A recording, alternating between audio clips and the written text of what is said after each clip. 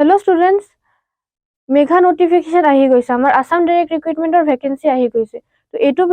ভিডিঅত আমি লৈ আহিছো ইন ডিটেইলছত নোটিফিকেশনৰ বিষয়ত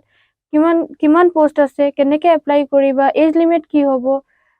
সাবজেক্টস কিমান হ'ব কেনেকৈ পঢ়িব লাগিব আৰু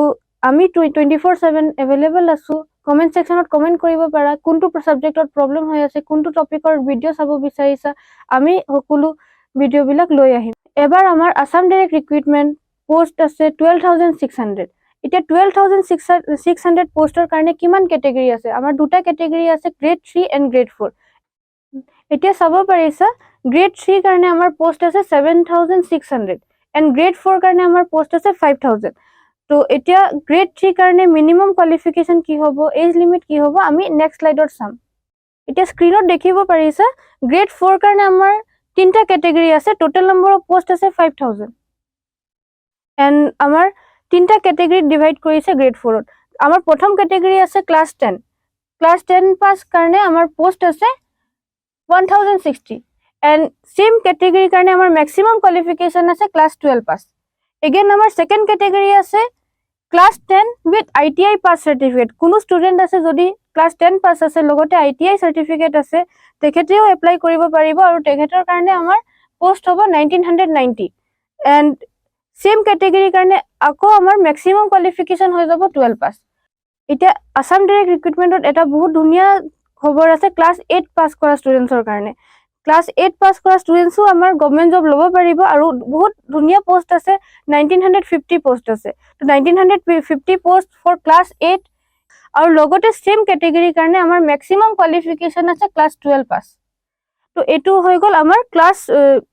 8 পাসৰ কাৰণে minimum qualification and maximum qualification আৰু আমাৰ ক্লাস গ্ৰেড 4 তিনটা ক্যাটাগৰীত পোষ্ট ডিভাইড কৰিছে টোটাল নম্বৰ অফ পোষ্ট আছিল আমাৰ 5000 আউট অফ 5000 আমাৰ তিনটা ক্যাটাগৰী আছে ক্যাটাগৰী 1 ত আমাৰ 1060 আছে ক্যাটাগৰী 2 ত আছে 1990 এন্ড ক্যাটাগৰী 3 আছে আমাৰ 1950 তো total number of post grade 4 কাৰণে হৈ গল 5000 নেক্সট স্লাইডত আমি চাম গ্ৰেড 3 কাৰণে কেনেকৈ ক্যাটাগৰাইজ কৰিছে আৰু টোটাল নম্বৰ অফ পোষ্ট কিমান আছে এতিয়া স্ক্ৰিনত চাব পাৰিছা আমাৰ গ্ৰেড 3 কাৰণে ডিটেইলছ খিনি দিয়া আছে এগেইন ইয়াত আমাৰ মিনিমাম কোৱালিফিকেশনৰ বিষয়ত দিয়া আছে আৰু ক্যাটাগৰী বিলাক দিয়া আছে তো আমাৰ প্ৰথম ক্যাটাগৰী আছে ফৰ গ্ৰেড 3 ব্যাচেলাৰ ডিগ্ৰী লেভেলত আমাৰ আছে মিনিমাম কোৱালিফিকেশন ব্যাচেলাৰ ডিগ্ৰী মানে এনি গ্ৰেজুৱেট যিকোনো ষ্ট্ৰীমত যদি গ্ৰেজুৱেট আছে এপ্লাই কৰিব পাৰিব আৰু এটা আছে আমাৰ bachelor degree with computer certificate diploma of minimum 6 months duration of from a recognised institute মানে কোনো স্টুডেন্ট কোনো ক্যান্ডিডেট যদি গ্ৰেজুৱেট আছে লগতে কম্পিউটাৰৰ সাৰ্টিফিকেট আছে ডিপ্লোমা কৰি থৈছে হিয়তিও এপ্লাই কৰিব পাৰিব আৰু নম্বৰ অফ পোষ্ট হ'ব 4055 ক্যাটাগৰী 1 ত আমাৰ ব্যাচেলাৰ ডিগ্ৰী লেভেলত আমাৰ সেকেন্ড পাৰ্ট আছে bachelor degree with computer certificate diploma of minimum 6 month duration and stenography certificate from a recognised institute যিকোনো ক্যান্ডিডেট আছে যদি হিয়তৰ ওচৰত কম্পিউটাৰ সাৰ্টিফিকেট আছে বা স্টেনোগ্ৰাফি সাৰ্টিফিকেট আছে হিয়তৰ কাৰণে আমাৰ টোটাল নম্বৰ অফ পোষ্ট আছে 4055 and again category 1 ত আমাৰ third part আছে bachelor degree in library science with computer certificate diploma of minimum 6 months duration from a recognized institute মানে কোনো স্টুডেন্ট যদি লাইব্ৰেৰী সায়েন্সত গ্ৰেজুৱেচন কৰিছে আৰু লগতে কম্পিউটাৰৰ সাৰ্টিফিকেট আছে হিয়তিও এটো ক্যাটাগৰীত এপ্লাই কৰিব পাৰিব আমাৰ গ্ৰেড 3 কাৰণে সেকেন্ড ক্যাটাগৰী আছে 12 পাস লেভেলৰ মিনিমাম কোৱালিফিকেশন আছে 12 পাস এন্ড আৰু এটা আছে 12 পাস ইন সায়েন্স যদি কোনোবা 12 পাস কৰিছে উইথ সায়েন্স ষ্ট্ৰীমছ দেন হিয়তৰ কাৰণে পোষ্ট আছে 3127 তো চাব পাৰিছা আমাৰ এডিআৰ এক্সামত 12 পাস কাৰণে কিমান ধুনিয়া অপৰচুনিটি দিছে আৰু লগতে নম্বৰ অফ পোষ্ট কিমান ধুনিয়াকে আছে 3127 এটো হিউজ নম্বৰ হয় আৰু এটো চান্স আমি এৰিলে বহুত লস হৈ যাব আৰু এটা ইয়াত গুড নিউজ আছে তোমাৰ এটো ক্যাটাগৰী কাৰণে কম্পিউটাৰ সাৰ্টিফিকেট আমাৰ ম্যান্ডেটৰী নাই and our last category আছে grade 3 আমাৰ HSLC level মানে class 10 level or minimum qualification আছে class 10 pass with driving license যদি কোনো ক্যান্ডিডেট আছে 10 পাস আছে লগতে ড্ৰাইভিং লাইসেন্স আছে হিয়তৰ কাৰণেও ভাল চান্স আছে আৰু লগতে পোষ্ট আছে 418 এতিয়া আমি এটা সেগমেন্ট কমপ্লিট কৰিলো, আমি চালো কি গ্ৰেড 3 আৰু গ্ৰেড 4ত আমাৰ মিনিমাম কোৱালিফিকেশন কিমান আছে আৰু নাম্বাৰ অফ পোষ্ট কিমান আছে। এতিয়া আমি নেক্সট চাম আমাৰ এজ লিমিট কি হ'ব, কোনটো পোষ্ট কাৰণে আমাৰ মিনিমাম এজ কিমান হ'ব লাগে, মেক্সিমাম এজ কিমান হ'ব লাগে। তো এতিয়া স্ক্ৰীনত চাব পাৰিছা আমাৰ আসাম ডাইৰেক্ট ৰিক্ৰুটমেণ্ট এক্সামৰ কাৰণে এজ লিমিট আছে minimum 18 years and maximum 40 years. আৰু যদি কোনোবা MOBC বা OBC কেটেগৰীত আছে তো তেখেতৰ কাৰণে এজ ৰিলেক্সেশ্যন হ'ব 3 ইয়াৰ্ছ, SC ST কাৰণে এজ ৰিলেক্সেশ্যন হ'ব 5 ইয়াৰ্ছ, এক্স সাৰ্ভিসমেন কাৰণে এজ ৰিলেক্সেশ্যন হ'ব 2 ইয়াৰ্ছ এণ্ড PWBD কাৰণে হ'ব 10 ইয়াৰ্ছ।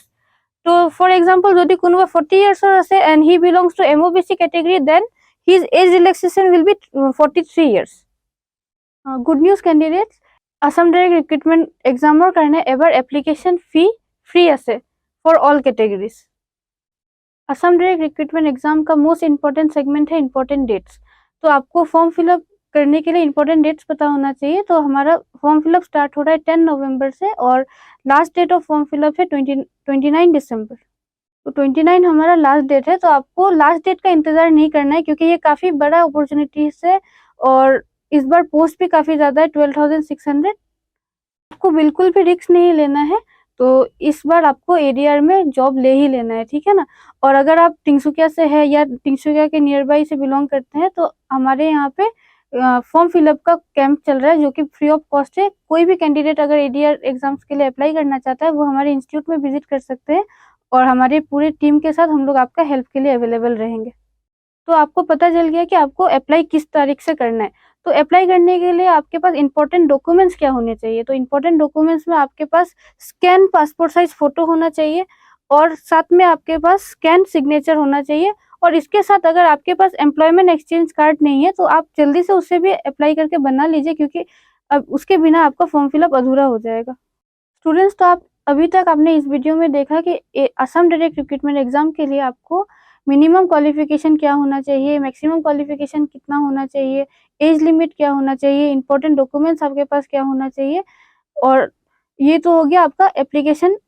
प्रोसीड्यूर। लेकिन अब अप्लाई करने के बाद आपको प्लान क्या करना है, आपको प्रिपरेशन क्या करना है, सब्जेक्ट्स कौन से आने वाले हैं। तो असम डायरेक्ट रिक्रूटमेंट एग्जाम में आपका मेन 5 सब्जेक्ट्स आने वाले हैं जिसमें से आपका फर्स्ट सब्जेक्ट है अरिथमेटिक्स, सेकेंड सब्जेक्ट है हमारा जनरल इंग्लिश, थर्ड सब्जेक्ट है हमारा रीजनिंग, फोर्थ सब्जेक्ट है general knowledge and fifth subject है करंट अफेयर्स। तो इस फाइव सब्जेक्ट का प्रिपरेशन आपको करना है और बहुत ही जल्द हम लोग ट्रिक बेस्ड क्लासेस के साथ यूट्यूब में आने वाले हैं। तो आप लोग कमेंट कीजिए कौन से चैप्टर में आपको क्लासेस चाहिए और कौन से सब्जेक्ट में आपको प्रॉब्लम होता है। अगर आप ऑफलाइन कोचिंग में एनरोल होना चाहते हैं तो हमारा टारगेट बैच भी चल रहा है जो कि हमारे इंस्टीट्यूट में चल रहा है। और ऑनलाइन बैच में अगर आप एनरोल होना चाहते हैं बोथ ऑनलाइन एंड ऑफलाइन के लिए आप हमारा स्क्रीन पे दिया हुआ नंबर पे कांटेक्ट कर सकते हैं और जल्दी से एनरोल हो जाइए ताकि आप जल्दी से प्रिपरेशन स्टार्ट कर सके और इस बार असम डायरेक्ट रिक्रूटमेंट एग्जाम को टारगेट कर सके।